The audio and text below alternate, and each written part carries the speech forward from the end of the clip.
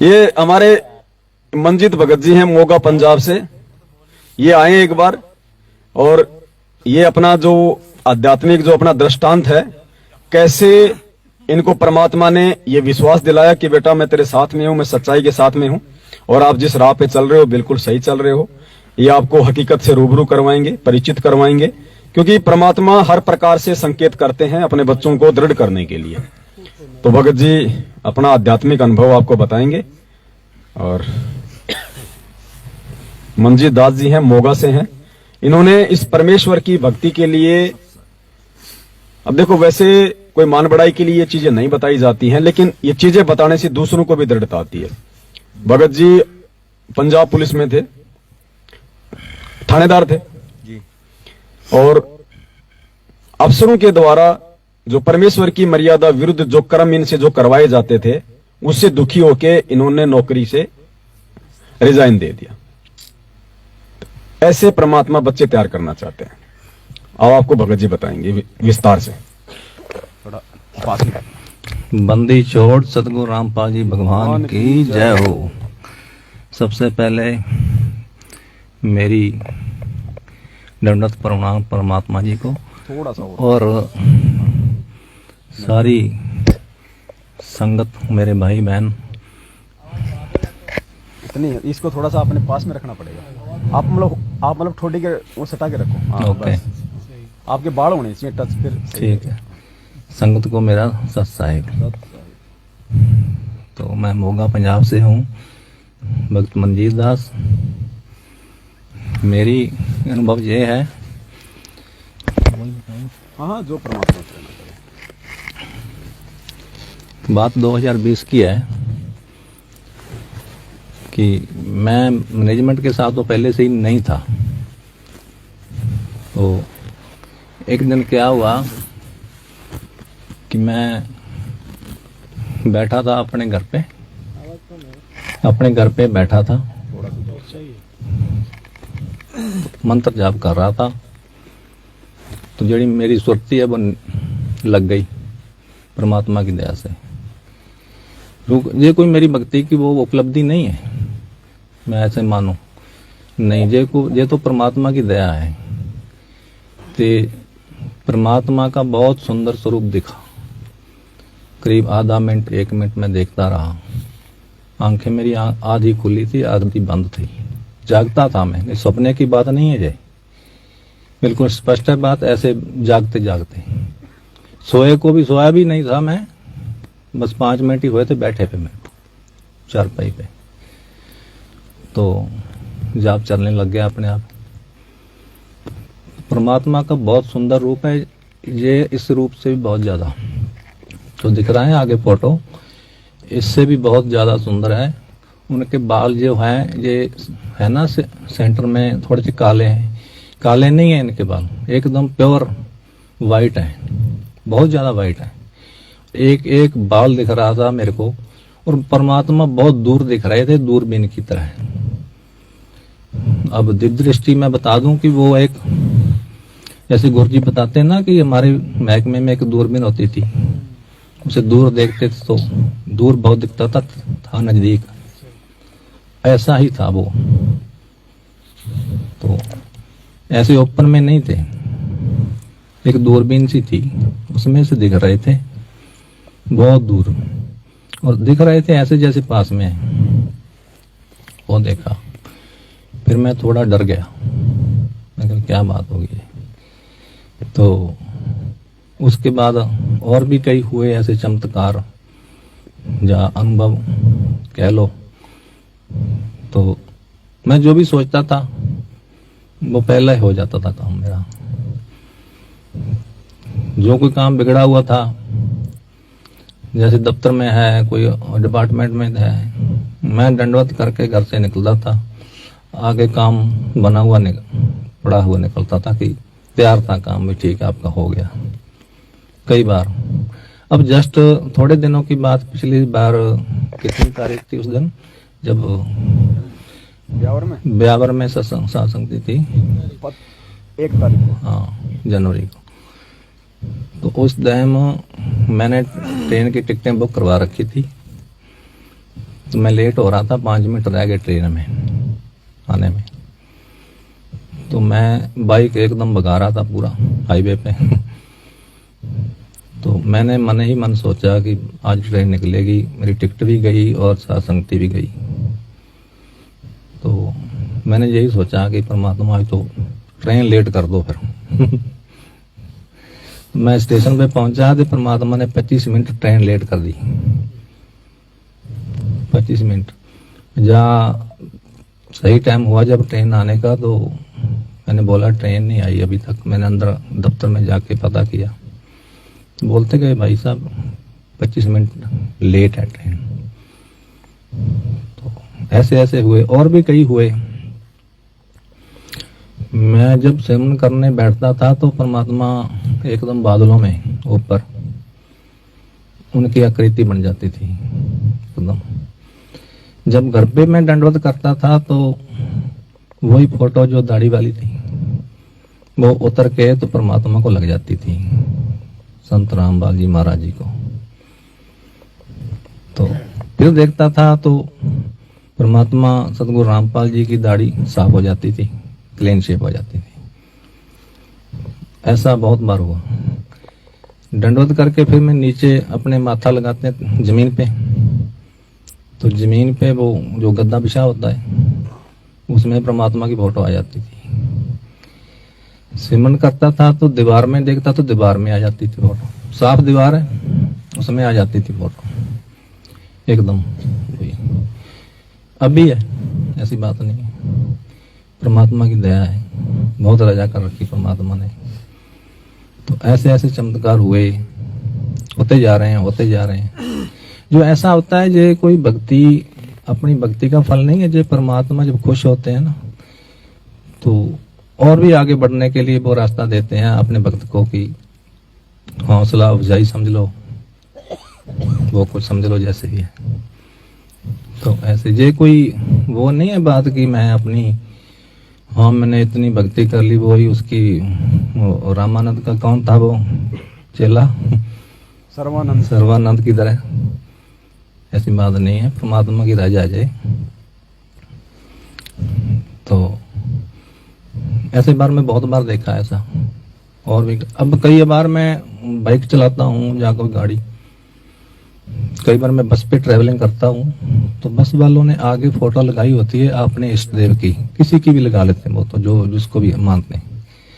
वो जो फोटो होती है मैं सामने बैठता हूँ, उस फोटो की तरफ देखता हूँ, मैंने कहा यार ये तो और किसी को मानते हैं, ये तो गुरु नानक की फोटो लगी होती है या किसी और देवी देवता की है, जो भी है वहां पे गुरु जी की फोटो लग जाती है। जो दिखती मेरे को ही है और किसी को नहीं दिखती मेरे को ही है। ऐसा है। तो अभी भी कमियां हैं, ऐसी बात नहीं है कि मैं पूरा भक्त बन गया, मैं नहीं अपने को समझता। बहुत सी ऐसी त्रुटियां हैं, कमियां हैं, उनको सुधार रहे हैं धीरे धीरे, परमात्मा दृढ़ कर रहे हैं और अपने बच्चों को भी। ठीक है, ये बात है। बंदी छोड़ सतगुरु रामपाल जी भगवान की जय हो। अब देखो पुण्यात्माओं, भगत जी ने अपने जो आध्यात्मिक अनुभव आप हम सभी भाई बहनों के साथ में शेयर किए हैं। देखो उनका निष्कर्ष क्या निकलेगा। अब भगत जी ने बताया कि मुझे परमात्मा के जो दर्शन हुए, भगत जी कह रहे हैं कि ये कोई सौपन की बात नहीं थी, और ये अमूमन हर किसी भगत के साथ 1 या 2 बार होता ही होता है। परमात्मा अपनी उपस्थिति जरूर जो है उद्दर्ज करवाते हैं, उसका विश्वास को दृढ़ करने के लिए कि बेटा मैं तेरे साथ में हूं, चिंता मत कर, अपनी भक्ति में लगा रहे, मर्यादाओं में रहना। भगत जी ने आपको जो दृष्टांत बताया कि ना आंख बंद थी ना आंख खुली हुई थी, परमात्मा ने थोड़ा सा इनको अचेतन अवस्था में रखा हुआ था, ठीक है, ताकि थोड़ा सा भगत मतलब संसा में रहे, हल्का सा 50-50 रहे। तो भगत जी ने क्या कहा कि मुझे जो दर्शन हुए परमात्मा के, इसी स्वरूप के जो फोटो हमने यहाँ परमेश्वर के लगा रखी है, और भगत जी ने बताया कि इस फोटो से भी कई गुना ज्यादा परमेश्वर का वो सुंदर रूप, सुंदर चेहरा। भगत जी वो दृष्टांत आपको शरीर में कहां पे हुआ था? सत साहेब भक्तात्माओं, मेरे को बहुत अपने हृदय कमल में हुआ वो, हृदय कमल में अंदर वो आत्मा जाने वाली थी दूसरे में, उसके बाद समान चक्र में जाती है ना चैनल, तो उसके बंद हो गया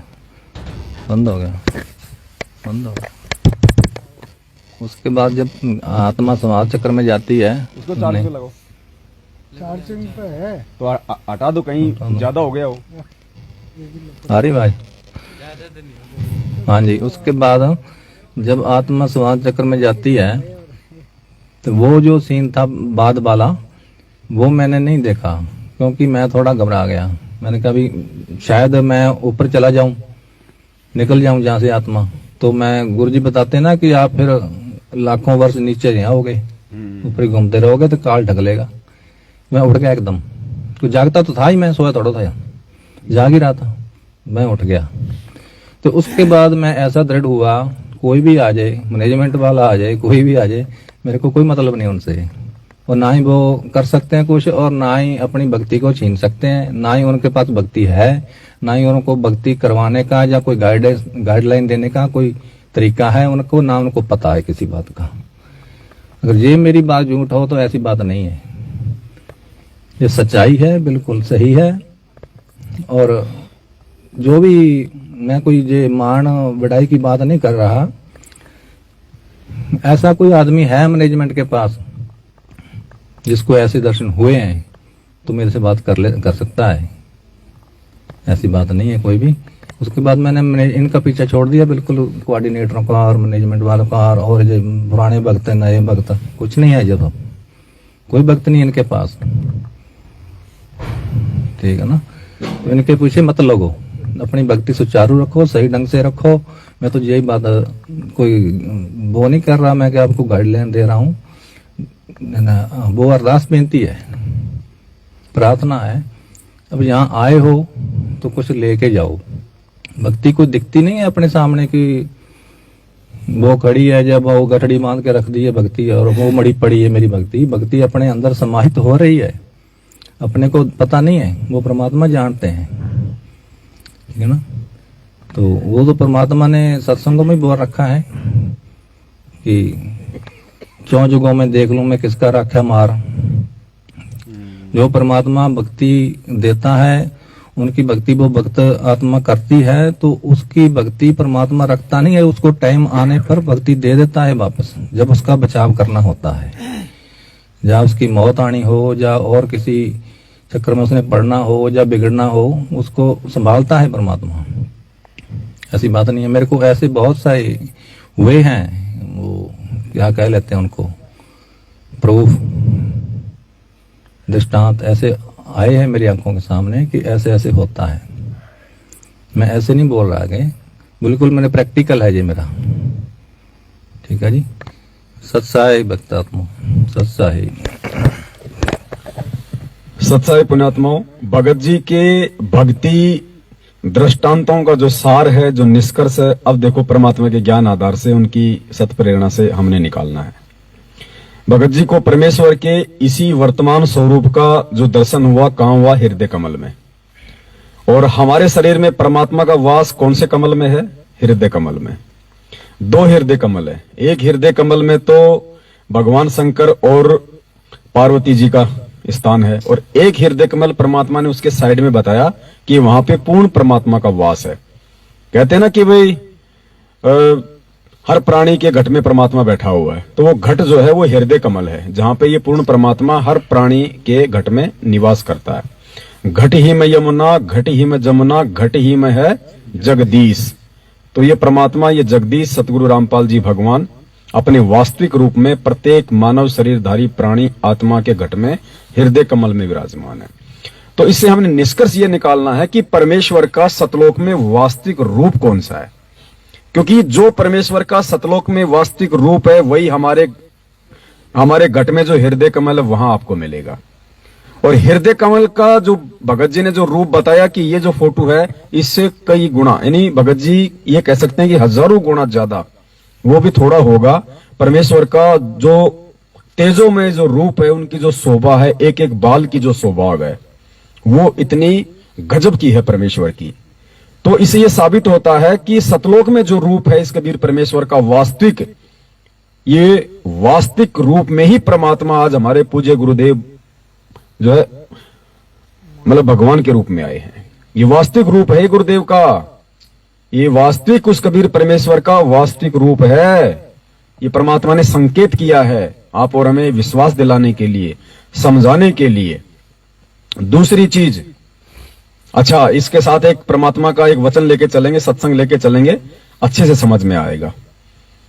और ध्यान से सुनना आप इस सत्संग को। एक भगत का शरीर छूटा, शरीर छूटने के बाद देखो परमात्मा कहते हैं कि वो सतलोक चला गया। फिर गुरुजी कहते हैं कि 2 घंटे बाद फिर उसकी आत्मा वापस आई। अब बताओ सतलोक जो चला गया भगत, उसकी आत्मा वापस कैसे आ जाएगी? आ सकती है क्या?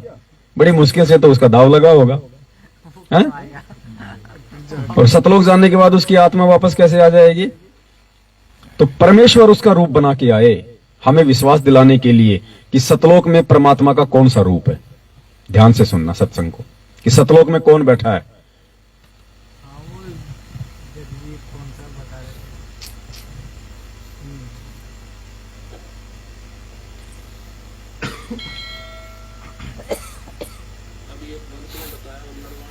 भाई ये तेरा ब्लूटूथ फिर बंद है वो।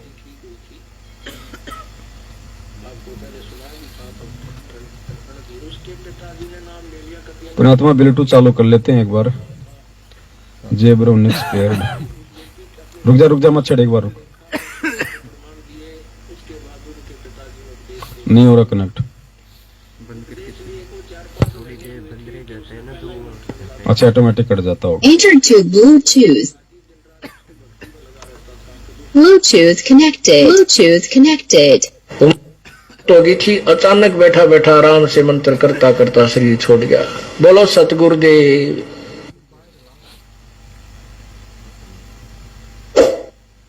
अब ध्यान से सुनना पुण्यात्मा, सत्संग 2-3 मिनट का ही है। अभी एक भक्त ने बताया, और नरवाने से आते एक भक्त जिनकी बेटी ज्योति ठीक हुई थी, आपको पहले सुनाया भी था भक्त रणधीर। उसके पिताजी ने नाम ले लिया, कतियनाड़ी था, भगवान के निकट नहीं जावा था। उसने भी उस बेटी अपनी पोती को स्वस्थ हुआ देखा और उसने सारे प्रमाण दिए। उसके बाद उनके पिताजी ने उपदेश ले लिया। उपदेश लिए को 4-5 महीने हुए थे कि उसने पहला ही मंत्र मिला था और कह रहे थे इतनी लो लगा दी, दिन रात उसकी भक्ति में लगा रहता था कि दूसरा नाम लेना है मैंने। उम्र बहुत हो गई थी, अचानक बैठा बैठा आराम से मंत्र करता करता शरीर छोड़ गया। बोलो सतगुरुदेव। अब ये मोक्ष तो नहीं होगा, लेकिन अभी मनुष्य जीवन तुरंत मिल जाएगा इस व्यक्ति को। तो ऐसे ही और भी बहुत से प्रमाण हैं। हमारा एक भक्त है, भक्त यही नरवाने यहाँ के रहने वाले हैं, बरवाला के भक्त बलजीत दास, जिन्होंने यहाँ 1 एकड़ जमीन सबसे पहले उन्होंने दी थी आश्रम के लिए। इन्होंने नाम लिया, इनके पिताजी ने भी नाम ले लिया। बहुत अच्छी आत्मा थी, खूब भक्ति करी। तो अंत समय में उन्होंने आहार छोड़ दिया और शरीर बिल्कुल ठीक ठाक, कोई दिक्कत नहीं, और मंत्र करे खूब डट के। हम काशी गए हुए थे, उसको घर से यहाँ ले आए थे। वो घर इनका इधर नरवाना के आसपास है ना, उसके पास उधर है जींद में, जींद जिले में है गाँव उनका, भूसला गांव है, भूसला खटखट के आसपास। तो वहां से अब पिताजी को, बाकी भाई वहां रहते हैं, ये यहाँ रहते हैं, यहाँ ले आए थे। तो मैं भी यहाँ आया। मेरे आते ही ने बोले गुरुजी आ जाएंगे जब शरीर छोड़ूंगा। तो शरीर में हम वहां रुके रात ने और चले गए। अगले दिन वो कहने लगा भाई महाराज जी आगे, और देखिए आगे गुरुजी जहाज ले रहे हैं, ये सामने गाड़ी ला दी, देखिए खड़ी। और भाई मैं जाऊं हूं, देखो मैं जा रहा हूं, सत साहेब नो कह के, और सारा परिवार बुला लिया और चले गए। बड़े आराम से शरीर छोड़ गए। वो फिर 1-8 घंटे के बाद फिर वापस आके कहने लगे भाई मैं सतलोक गया था बल को, और वहां भंडारे चल रहे हैं परमात्मा के, गुरुजी बैठे हैं, सतगुरु बैठे हैं, और मैं तो तुम्हें कौन बैठे हैं सतलोक में? क्या कह रहा है वो बलजीत का पिताजी कि भाई मैं सतलोक चला गया था और भाई वहां तो भंडारे चल रहे हैं और वहां तो गुरुजी बैठे हैं, सतगुरु बैठे हैं। तो भगत जी को जो ये दृष्टांत जो हुआ है कि हृदय कमल में इन्होंने अपने गुरुदेव भगवान की जो स्वरूप देखा है, ये परमेश्वर का जो सत्संग है ये उस चीज का समर्थन कर रहा है कि वास्तव में इस परमेश्वर का, इस कबीर परमात्मा का असली रूप क्या है। वास्तव में असली रूप ये है। क्या कहते हैं गुरुजी सत्संगों में कि पुण्यात्माओं, जब तुम त्रिकुटी पे जाओगे तो इस दास के रूप में तुम्हें कबीर परमात्मा मिलेगा।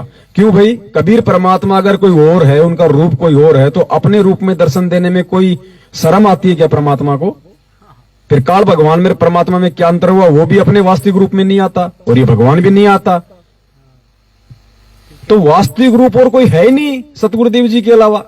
इसलिए परमात्मा कहते हैं कि दास के रूप में परमात्मा तुम्हें त्रिकुटी पे मिलेगा। और ये बलजीत के जो पिताजी का उदाहरण दिया परमात्मा ने, तो मालिक ने स्पष्ट कर दिया कि भाई वहां तो गुरुजी बैठे हैं और भंडारे चल रहे हैं। अब ये बात कौन बोल रहे हैं? गुरुजी सत्संग में। तो गुरुजी हमें संकेत कर रहे हैं कि नालायक को समझ जाओ अब तो, और कौन है परमात्मा धरती पे। तो सारी चीजें Bhagat ji point two point बिल्कुल सटीक बैठेंगी, क्योंकि ये परमात्मा है। इनको जबरदस्ती परमात्मा बनाने की आवश्यकता नहीं है। ये बना बनाया भगवान है और ये भगवान है, पूरी दुनिया में साबित होगा। लेकिन पहले परमात्मा कोशिश कर रहा है कि मेरे संगत वाले मुझे पहचान ले। दुनिया को तो परमात्मा अपने हिसाब से पहचान करवाएगा, लेकिन संगत तो ज्ञान से पहचान कर ले।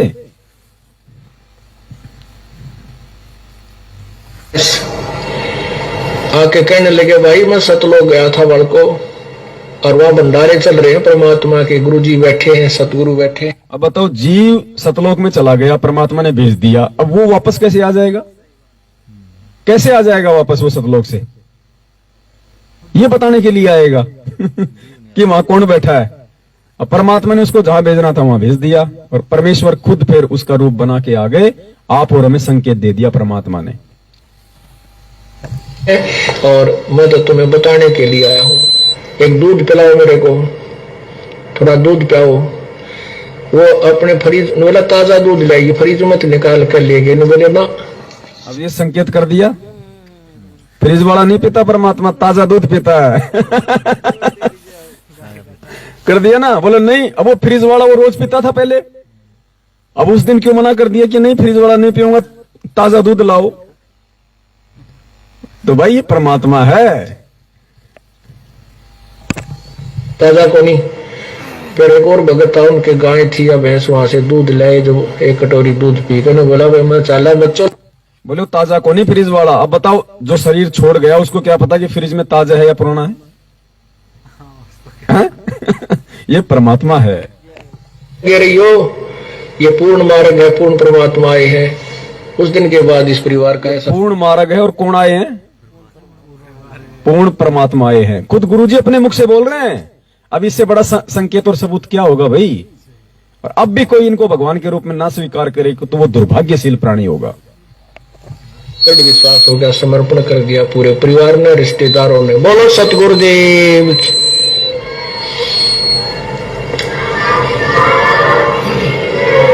सत साहिब, मेरे पूज्य गुरुदेव स्वामी। पुण्य आत्माओं में एक और निशानी बताना चाहता हूँ आपको। जब मुझे वो दर्शन हुए परमात्मा के, तो एक परमात्मा के होठ के अंदर यहाँ पे बाएं साइड छोटा सा ब्राउन सा तिल है, एकदम साफ दिख रहा था। जैसे वो दिव्य दृष्टि ऐसी होती है कि एक एक बाल भी दिखता है।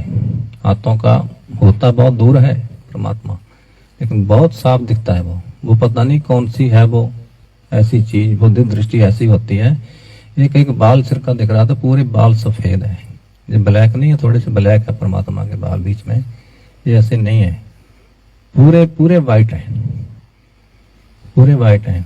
और सफेद कपड़े हैं यही, और इससे सुंदर रूप है हजारों गुना ला लो सुंदर। और यंग है, बिल्कुल यंग, जैसे बच्चा होता ना, कोई 10-15 साल का 10 साल का बच्चा होता है, उसके जो गाल होते ना ऐसे अपने प्यार करते हैं बच्चे को तो उसके गाल थोड़ा टपकते हैं, हिलते हैं। ऐसा था परमात्मा का रूप, बच्चे जैसा।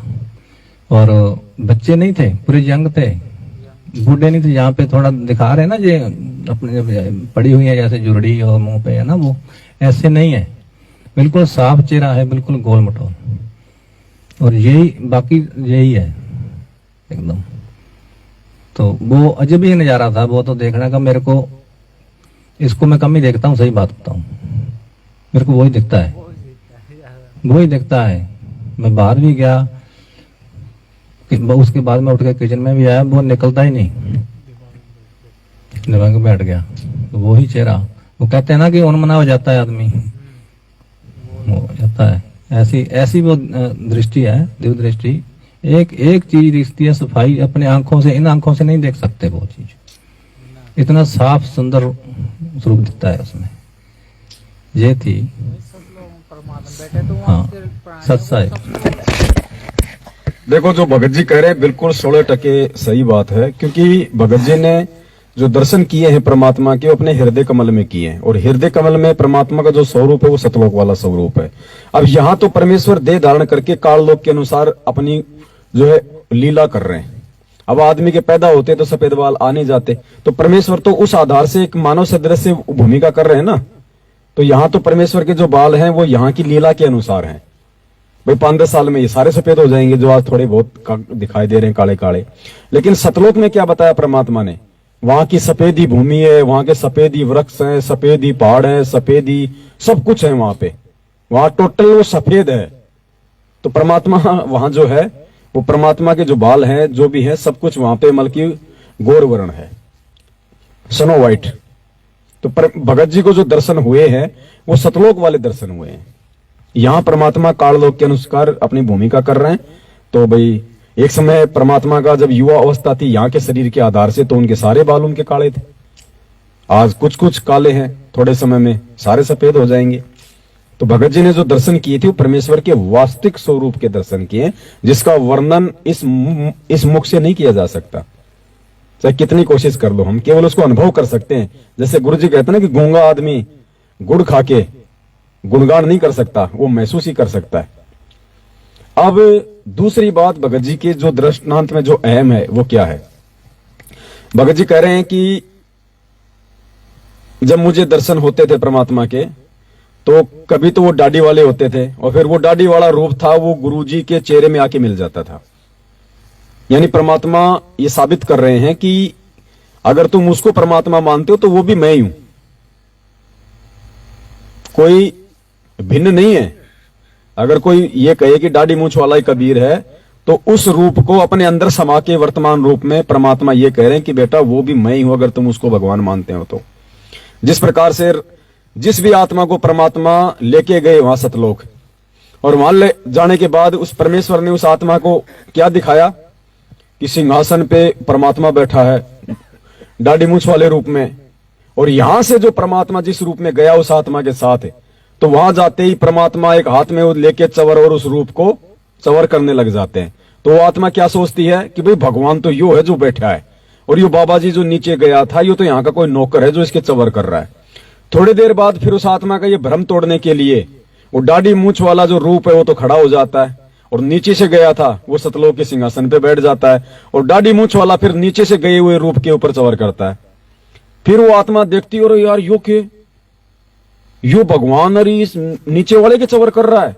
और थोड़ी देर में क्या होता है, फिर वो दाढ़ी मूंछ वाली रूप वहां से उठ के और नीचे वाले रूप में समा जाती है। यानी परमात्मा साबित करते हैं कि ये मेरा वास्तविक रूप है, ये कोई दो नहीं है।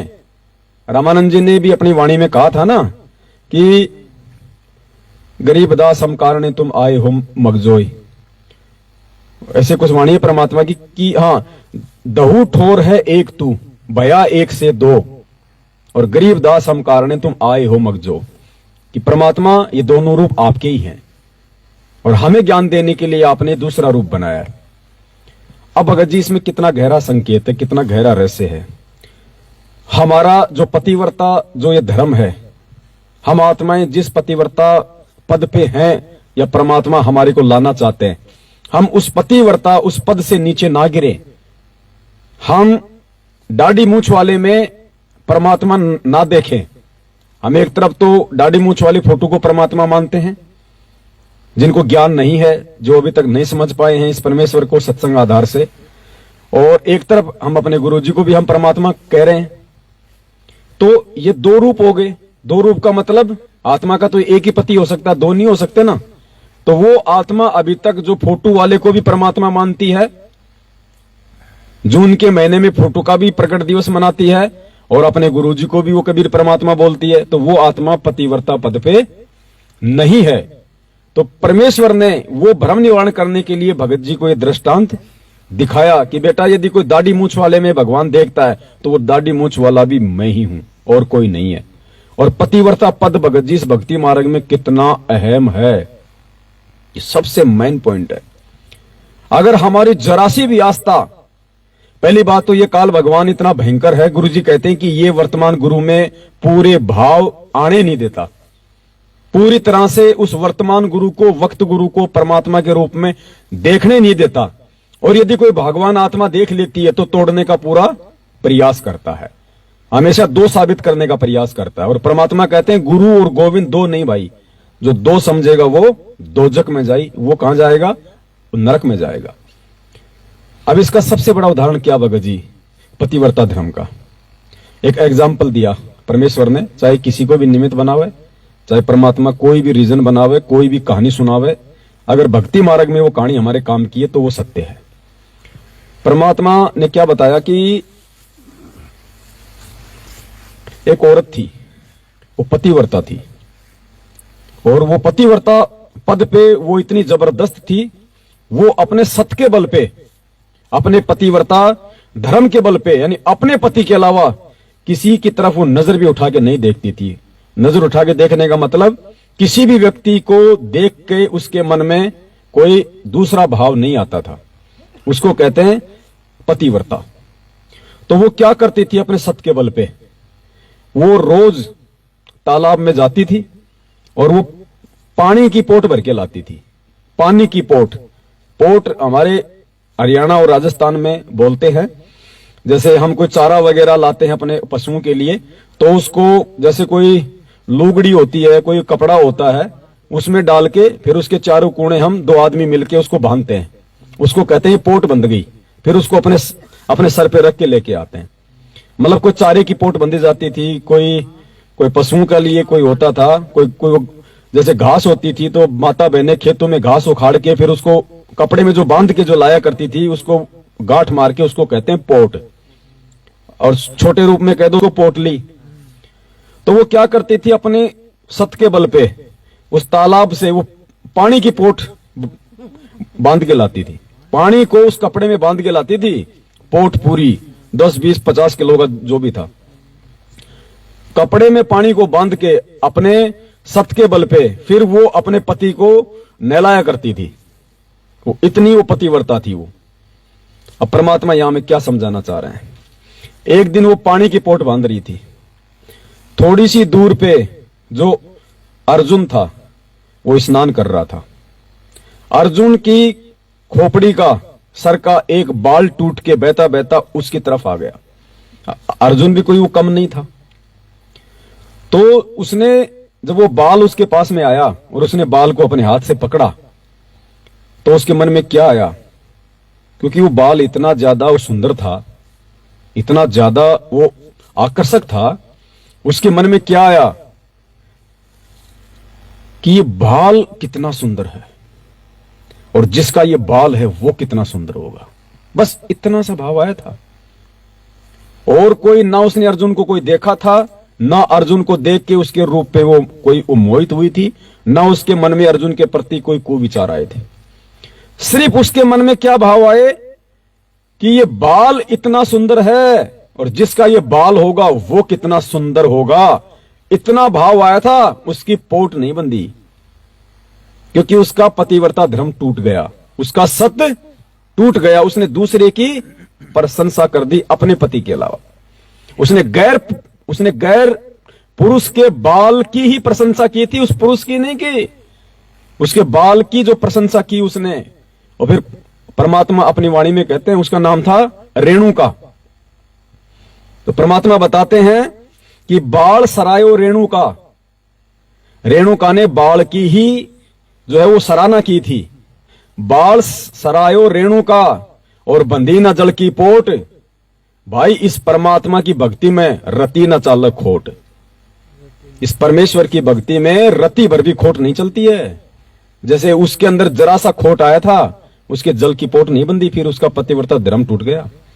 ऐसे ही यदि हमने गलती से भी किसी संत की, महात्मा की, किसी देवी देवता की अगर गलती से भी हमने कोई प्रशंसा कर दी किसी भी टॉपिक पे, क्योंकि काल हमें उड़ जाएगा। काल क्या करता है, इन नकली लोगों को आधार बना के ऐसे बढ़िया बढ़िया उनके चित्र बना दिए, श्री राम के, श्री कृष्ण के, देवी देवताओं के, ऐसे हट्टे कट्टे, गोरे चिट्टे, लाल पीले, बड़े बड़े बाल, बढ़िया मुकुट। अब आदमी क्या कहेगा, अरे मार्केट में गए कोई, अरे यार ये फोटो बहुत अच्छी यार, ये ले लो। अब उसने उसकी प्रशंसा कर दी ना। हम भक्तों ने विशेष ध्यान रखना इन बातों का। काल हमेशा हमारे को शब्दों से ठगता है। मार्केट में भी कहीं ऐसा कुछ देख लें, कोई संत का कोई भजन, कोई सत्संग, कोई कुछ भी, अगर ये प्रश्न कर दिया कि यार एक बार क्या हुआ, एक भगत था उड़ीसा का, जितेंद्र नाम था उसका, वो मेरठ भी आता था साथ संगति में 2 साल पहले। कहां से बेचारा उड़ीसा से मेरठ आता था, मैनेजमेंट से अपना पीछा छुड़वा के 2-3 बार आया।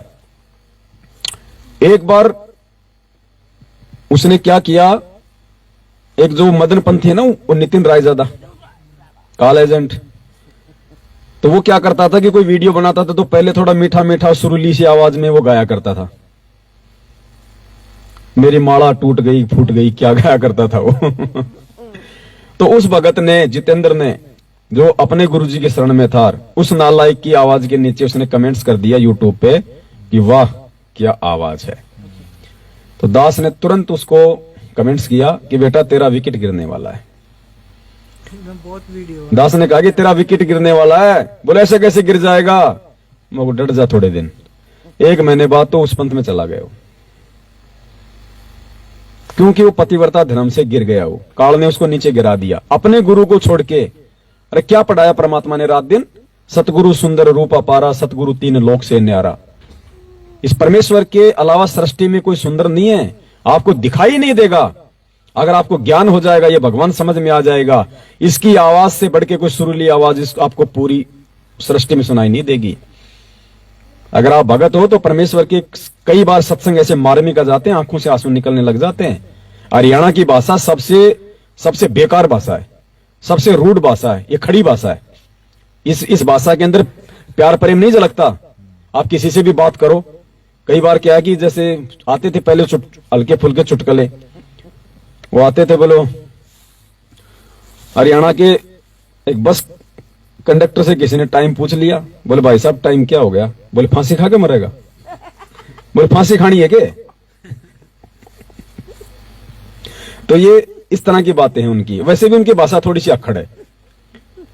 और हमारे गुरुदेव उसी हरियाणी भाषा में जब सत्संग करते हैं तो हमारी आंखों में क्या आते हैं, ये परमात्मा है, आम हरियाणवी नहीं है, ये आया हरियाणा में है, हरि आए हरियाणे नू, लेकिन ये हरियाणवी नहीं है, ये सतलोक का वासी है, सतलोक का राजा है ये। उसी हरियाणा में जब हमारे गुरुदेव सत्संग करते हैं तो आंखों से आंसू आते हैं। और जब ज्ञान हो जाएगा तो चाहे आपका बेटा हो, चाहे बेटी हो, चाहे पत्नी हो, इस गुरुदेव के अलावा आपको किसी में वो सुंदरता नजर नहीं आएगी, क्योंकि वाणी है भगवान की। सतगुरु 3 लोक से न्यारा, सतगुरु बिना ना बाजे तूरा, वाणी है ना परमात्मा की। सतगुरु सुंदर रूप अपारा पूरा, सतगुरु बिना न लागे तेरा, सतगुरु सुंदर रूप अपारा, सतगुरु 3 लोक से न्यारा। अब 3 लोक से न्यारा फिर कौन हो गया फिर? और मेरे मन में तो शुरू से यही भाव आते हैं कि परमात्मा ये सकल है नहीं, ये वाला तो ये परमात्मा है भाई। हमने जरा भी पतिव्रता पद से नीचे नहीं गिरना है, चाहे कोई कितना ही, चाहे मीठा बोले, कितना ही अच्छा। अब बहुत सारे भगत क्या बोलते हैं, भगत जी हम दूसरे संतों के सत्संग सुन सकते हैं कि अरे नालायक क्या जरूरत है तेरे को, है? जब भगवान ने तेरे को निचोड़ निकाल के दे दिया, सार निकाल के दे दिया, और परमात्मा ने कह दिया कि कबीर कथा करो करतार की, सुनो कथा करतार, आन कथा सुनिए नहीं कहे कबीर विचार। तो कहां जा रहा है, क्या जरूरत पड़ेगी तेरे को? क्या परमेश्वर ने कोई कमी छोड़ दी जो तू दूसरों के जो है वो सत्संग तू सुनेगा? तो ये नालायकी होती है, ये मंदबुद्धिता होती है। काल हमारे को ऐसे ठगता है। हमारी सुरती, नृत्य, मन, पवन सब कुछ भाव, समर्पण, लगन, मर्यादा इस परमेश्वर के चरणों में टिकनी चाहिए, गुरुदेव भगवान के। हमें कुछ नजर नहीं आना चाहिए, कुछ भी, ना डाडी वाला, ना कोई तीसरा, ना कोई गरीबदास, ना कोई अमीरदास, कुछ नहीं आना चाहिए हमारे। आज जो है जिस रूप में परमात्मा, वो हमारे लिए सर्वप्रथम है, सर्वश्रेष्ठ है। यही रूप हमें पार करेगा। यही रूप आज हमें सत्संग सुना रहा है, यही रूप हमें ज्ञान दे रहा है, हमें आशीर्वाद दे रहा है, हमारे सौ काम सार रहा है। बताओ, महिमा हम किसी दूसरे की हम क्यों गाएं? जब कह दिया भगवान ने कि एक के साधे सब सदे, सब साधे सब जाए, और माली सिंचे मूल को फले फूले घाय। जब परमेश्वर ने इतने सारे सबूत दिखा दिखा के लोगों को इस हद तक परमात्मा ने सात संगतियों के माध्यम से जब तैयार किया कि भाई अपने घर में अपने केवल अपने गुरुदेव भगवान की फोटो रखनी है, अन्य किसी की फोटो नहीं रखनी, दाढ़ी मूछ वाले की फोटो नहीं रखनी। अब इस नादानी से बाहर निकलो, समय आ गया है। 27 साल से भगवान ने ज्ञान दे दिया, अब भी क्यों नादानी करते हो? इतने सारे दिए प्रमाण खुद गुरुदेव के सत्संगों के आधार से। उसके बाद भी देखो काल क्या करता है। काल पीछा नहीं छोड़ेगा, बहुत भयंकर तरीके से जीव को भ्रमित करने का को प्रयास करेगा। काल ने गुरु जी के ही एक पुराने सत्संग के माध्यम से भक्तों को भ्रमित करने की कुछ चेष्टा की, लेकिन वो भगत समझ नहीं पा रहे कि गुरुदेव कहां बोल रहे हैं। जो मंदबुद्धि होता है वो फंस जाता है मन में शंका पैदा करके। अब देखो, अब हमने कहा ना कि भाई गुरु ही हमारा इष्ट है। इस परमेश्वर की भक्ति में गुरु की भूमिका खुद ये कबीर परमात्मा करता है। तो जब कबीर परमात्मा के रूप में हमारा गुरु धरती पे प्रकट है, तो गुरु और इष्ट में, इस भक्ति में कोई अंतर नहीं होता, दोनों एक ही हैं। लेकिन काल नहीं टिकने देता। कहां से गुरु जी का एक पुराना सत्संग उठा के उसके मन में भ्रम डाल दिया। अब वो सत्संग सुनो आप पहले परमात्मा का,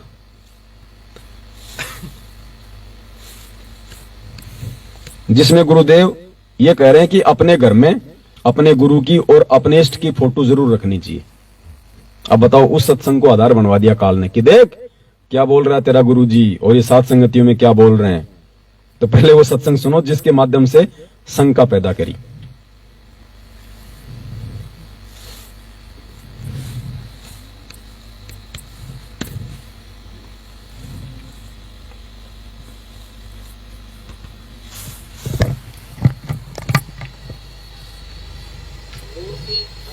भाई अटका तेरा फिर सिस्टम अटका रे, चालू करो इसको।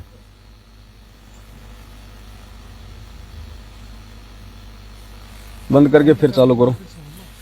ये पुण्यात्मा ऑटोमेटिक डिस्कनेक्ट हो जाता है ये system. Enter to Bluetooth. Bluetooth connected. ठीक है बहन जी, Bluetooth connected. अजी बस होगी।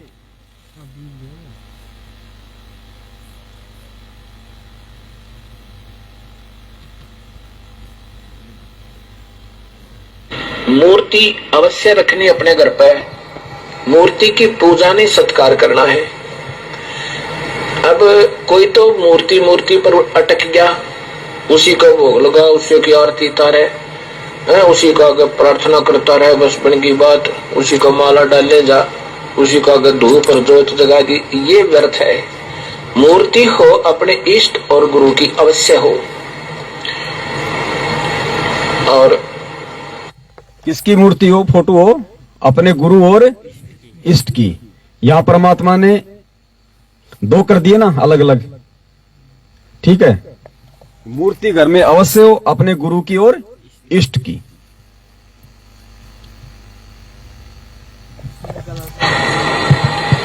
और दंडवत प्रणाम करे उनको, सीने से लगा अपने गुरुदेव की मूर्ति को, अपने इष्ट की मूर्ति को। इससे हमारे अंदर विनम्रता और उनके प्रति श्रद्धा बनी रहती है। ऐसा ना करने से भी हम अधूरे रह जाएंगे। केवल मूर्ति ही पूजता रहे, ये कबीर साहब ने खंडन किया। नादानो, तुम केवल मूर्ति पर ही आश्रित हो गए, मंत्र से जाप कर नहीं रहे। एक पति को छोड़कर आन में आस्था रखने वाली पत्नी को व्यभिचारिणी कहते हैं। अब देखो, वो जो सत्संग था जो अभी आपने सुना, वो सत्संग कब का है? 2000 के आसपास का। 2000 के आसपास वो आत्मा थी जो आत्मा संत रामपाल जी भगवान को भगवान के रूप में स्वीकार नहीं कर सकती थी। उन आत्माओं को परमेश्वर ने किसके विषय में बताया कि कौन है भगवान? कबीर जी। कबीर जी परमात्मा है। परमात्मा ने अध्यात्म को इसी बात को लेके उठाया ना कि भाई कौन है भगवान, भगवान कैसा है, कहां रहता है। तो नाम तो परमात्मा ने वेदों से बता दिया और फोटो परमात्मा ने जो बना रखे लोगों ने हाथ से वो दिखा दी, लोगों से नीचे की साधना को छुड़वाने के लिए, ताकि कम से कम ये ब्रह्मा विष्णु महेश और नीचे तक की साधना को तो छोड़ें। भाई छोड़ेंगे कब? जब इनको कोई ऊपर का कोई भगवान दिखाया जाएगा। नहीं, लोग कहेंगे जी अगर ये भगवान नहीं तो फिर भगवान कौन है? वो बोलेंगे भगवान कबीर जी हैं। वो कहां है जी? वो कैसा है दिखाओ। अब नहीं दिखाएंगे तो कौन मानेगा? तो नीचे की साधना छुड़वाने के लिए जो शास्त्र के जो विरुद्ध थी, इसलिए परमात्मा ने इस फोटो का सहारा लिया और परमेश्वर ने अपने आप को साइड में रखा। अपने आप को गुरुदेव ने एक गुरु की भूमिका में रखा और भगवान की भूमिका में कबीर जी को रख दिया। अगर उस समय गुरु जी कहें कि मैं कबीर हूं, मैं भगवान हूं, तो कोई नहीं मानता। उस सत्संग में परमात्मा ने उस आधार से लोगों को समझाने का प्रयास किया।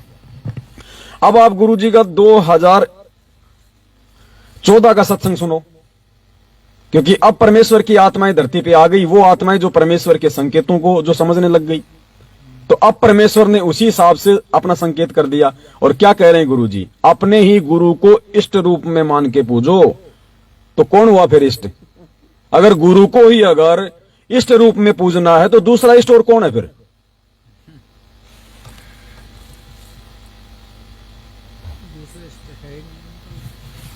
एक पति को छोड़कर आन में आस्था रखने वाली पत्नी को व्यभिचारिणी कहते हैं। तो अपने ही पति से हर इच्छा पूरी हो उसी को पति भर्ता कहते। तो हम जब पति भर्ता पद पर आ जाएंगे तो परमात्मा कहते हैं पति भर्ता जमी पर जो जो धर है पावे, समर्थ झाड़ू देते है ना काटा लग जावे। सुनना, ऐसा हंस, ऐसा भक्त जब अपने एक इष्ट पूर्ण परमात्मा पर अपने ही गुरु को इष्ट रूप में मानकर जब अपने जीवन रूपी सफर में अपने ही गुरु को इष्ट रूप में मान के पूज के, तो इष्ट कोई दूसरा है ही नहीं, फिर ऑप्शन छोड़ा नहीं परमात्मा ने। तो अब वो पुण्यात्मा धरती पे हैं जो गुरुदेव के संकेतों को जो समझ रही हैं। तो अब परमेश्वर अपने विषय में संकेत कर रहे हैं खुल के।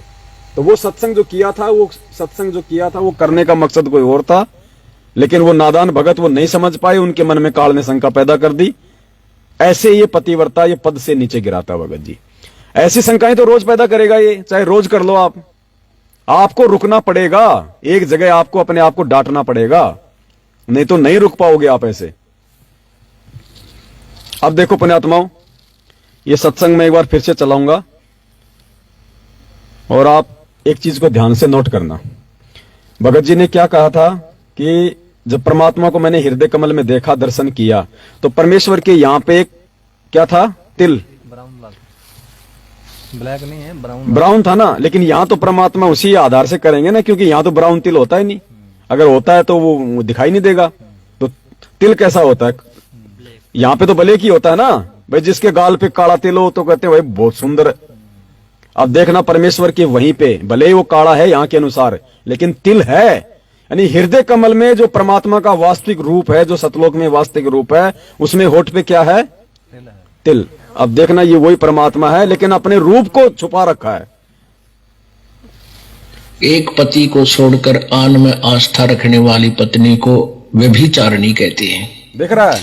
तो अपने ही पति से हर इच्छा पूरी हो उसी को पति भर्ता कहते। तो हम जब पति भर्ता पद पर आ जाएंगे तो परमात्मा कहते हैं पति भर्ता जमी पर जो जो धर है पावे, समर्थ झाड़ू देते है ना काटा लग जावे। अब भगत जी ने तो मुझे पहले ये बात कोई बताई नहीं थी। एक और बताता हूं। अब भगत जी ने क्या कहा? मान ले कि होठ पे तिल है पूरा। अब देख लो वो काला तिल आपको स्पष्ट दिखाई दे रहा है। ये वही परमात्मा भाई, दूसरा नहीं है। लो जी और लो।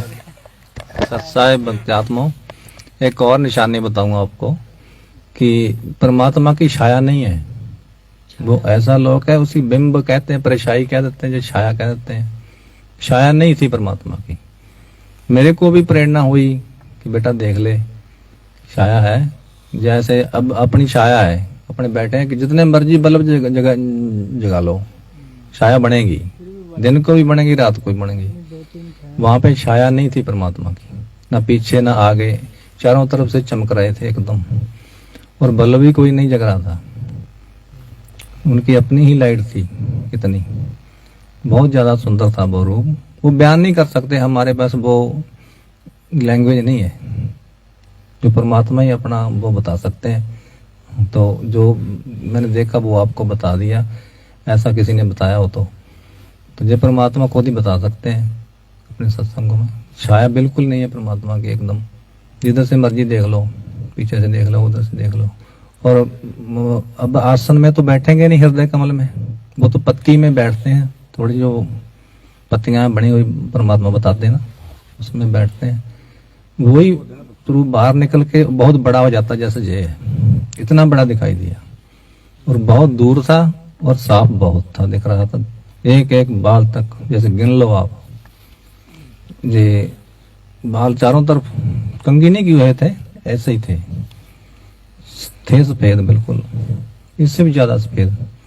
और रंग भी जो था बहुत बहुत, वो ये तो रेड है या पिंक कह देते हैं अपने, या थोड़ा या येलो कह देते हैं, इनमें से नहीं था कोई भी, वो अलग ही रंग है वो, यहाँ पे नहीं है वो कलर। तो वहां पे जो फूल है उनके भी रंग नहीं है यहाँ पे, ये अपने ये देख रहे हैं ना, ऐसे वो कलर अलग है वहां के, वो दिख रहे थे। उसका वर्णन तो यहाँ नहीं किया नहीं किया जा सकता, वो परमात्मा ही बताते हैं वो तो, ये सच साहिब। देखो भगत जी को जो दृष्टांत हुआ है वो बिल्कुल सत्य है, क्योंकि हृदय कमल में परमात्मा का वास है। और हम ये नित्य नियम पढ़ते हैं रोज, तो क्या कह रहे हैं परमात्मा, ग्रीव ऐसा सतगुरु हम मिल्या, सुरत सिंधु के माही, शब्द स्वरूपी अंग है, पिंड प्राण बिन छाही। पढ़ते हैं ना रोज हम नित्य नियम में, शब्द स्वरूपी अंग है, पिंड प्राण बिन छाही। तो वो वास्तविक रूप के भगत जी को परमात्मा के दर्शन हुए हैं, लेकिन वो लीला परमात्मा यहां नहीं कर सकते जिस रूप में अब आए हुए हैं। यहां अगर परमात्मा अपनी छाया को छुपा लें तो परमात्मा को तो लोग जादूगर घोषित कर देंगे। और परमात्मा अपनी पहचान करवाना चाहते हैं हमें ज्ञान से, ना कि किसी चमत्कार से। तो हमने इस परमेश्वर को ज्ञान से पहचानना है। लेकिन बहुत जी ऐसे भी तो कहते हैं ना अपने को कि जैसे कोई भी कमल, अपने जो सारे कमल है उनमें से कोई भी कमल, मालिक कहते हैं मतलब कोई भी कमल जागृत नहीं होना, जागृत मालिक चला के नहीं करते। खुल जी। जाता है, खुल जाता, कहते कमल खुल गया, खुल जाता है, कमल तो खुलते हैं, फिर ही तो दूसरा नाम देते। कमल तो परमात्मा ने यह बताया कि आपको जो प्रथम नाम दिया जाता है ना, ये आपके एक कमल खोलने के लिए है।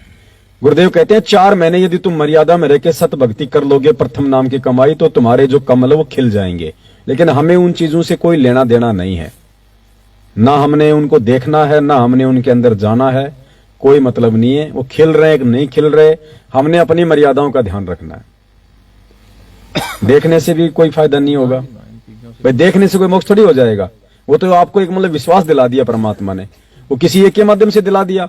अब परमात्मा ने जिन जिन महापुरुषों को परमात्मा लेके गए सतलोक, उनको सतलोक दिखाया, फिर वापस छोड़ा, उन्होंने लिखवा दिया। अब सबको सतलोक लेके जाने की आवश्यकता थोड़ी है। ये थोड़ी कहोगे कि साहब उस सबको सतलोक लेके जाएंगे तो ही माने कि वो सतलोक है वहां। तो जिसके कमल खुल गए तो परमेश्वर ने उसके भक्ति अनुभव से हमें जागृत कर दिया कि भाई ये परमात्मा है, इसकी भक्ति से ही ये जागृत हो सकते हैं और कोई दूसरा तरीका नहीं है।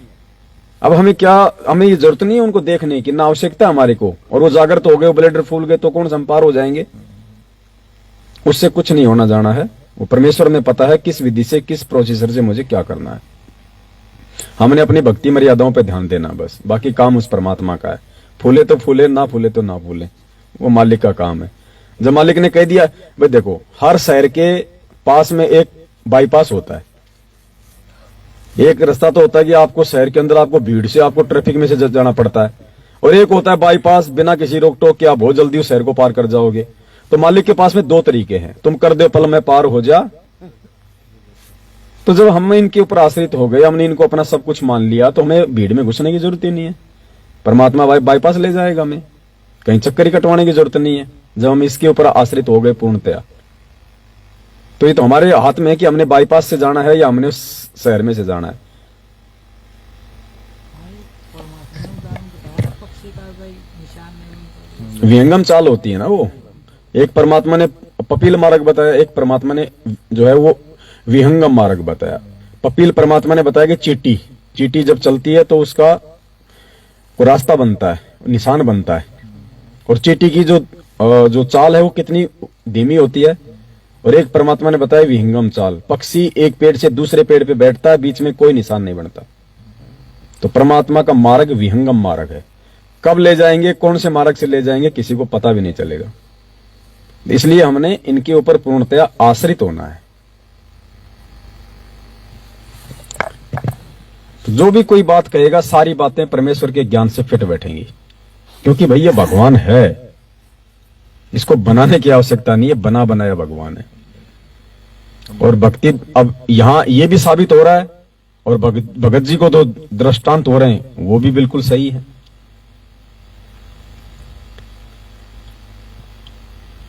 अब पुण्यात्माओं, ये रूप केवल हमें दिखाई दे रहा है, ये काल को दिखाई नहीं दे रहा, देवी देवताओं को दिखाई नहीं दे रहा ये रूप।